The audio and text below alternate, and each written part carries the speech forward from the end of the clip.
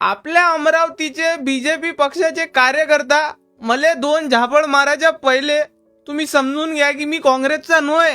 जे खरं आहे जे खोटं आहे खोटं. आता चला आपल्या अमरावतीच्या जनतेचा एक पॉइंट ऑफ व्ह्यू क्लिअर करतो. खूप लोक मला बोलले याच्यावर काहीतरी बोला म्हणून बोलत आहे. नाही बनवत रे फक्त मी नवनीत राणावर रणजित बोंडे साहेबांवर व्हिडिओ. मी सेंटर विंग आहे. सेंटर विंग कळते ना, लेफ्ट ना राईट, समझ रहे ना, ऐसा बीच का मतलब वैसा नहीं दादा, वैसा नहीं, ऐसा सेंटर. जो गलत है गलत है, जो सही है सही है. सुनो आता लय प्रोपोगंडा चालू आहे लेफ्ट विंग लॉबी किंवा काँग्रेस लॉबी कडून. $1 जे आहे भैया ते आपल्या 90 रुपयाचं झालं. अरे बम चिल्लम चिल्ली, मोदीने कर दिया, बीजेपीने कर दिया, सरकार खराब आहे. थांब थांब.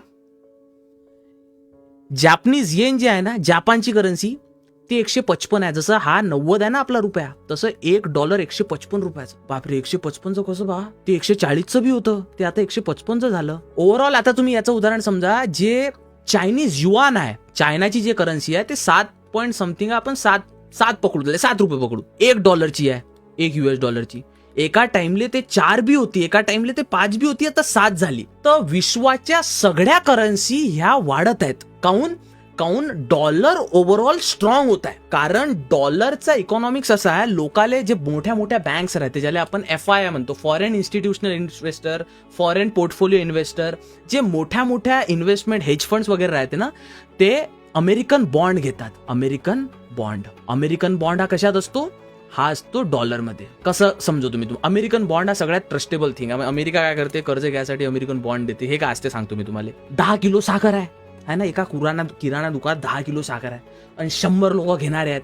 आता त्या 100 लोकांमधून सगळे लोक म्हणतील ना, मी तुला जास्तीत जास्त पैसा देतो ना रे भाई, ते 10 किलो साखर मला पाहिजे. पण भावा, आता पुरा विश्व अमेरिकन बॉन्ड घेत असन तर अमेरिकन डॉलरची व्हॅल्यू वाढणारच आहे ना. असंच Chinese yuan, British pound, Japanese yen, Thai भात, म्हणजे जे साऊथ एशियन कंट्रीज आहे त्याची पण करन्सी, आणि आपल्या भारतचा करन्सी हा वाढला. म्हणजे त्याचा तसा भाव कमी झाला कारण डॉलर स्ट्रॉंग झाला. आता मेन पॉइंट कुठे आला माहितीये काय? जेव्हा 84 पासून 88, 89 पर्यंत काही प्रॉब्लेम नव्हता काँग्रेसवाल्यांना, किंवा जे बीजेपीला क्रिटिसाइज करतात, मोदीला क्रिटिसाइज करतात.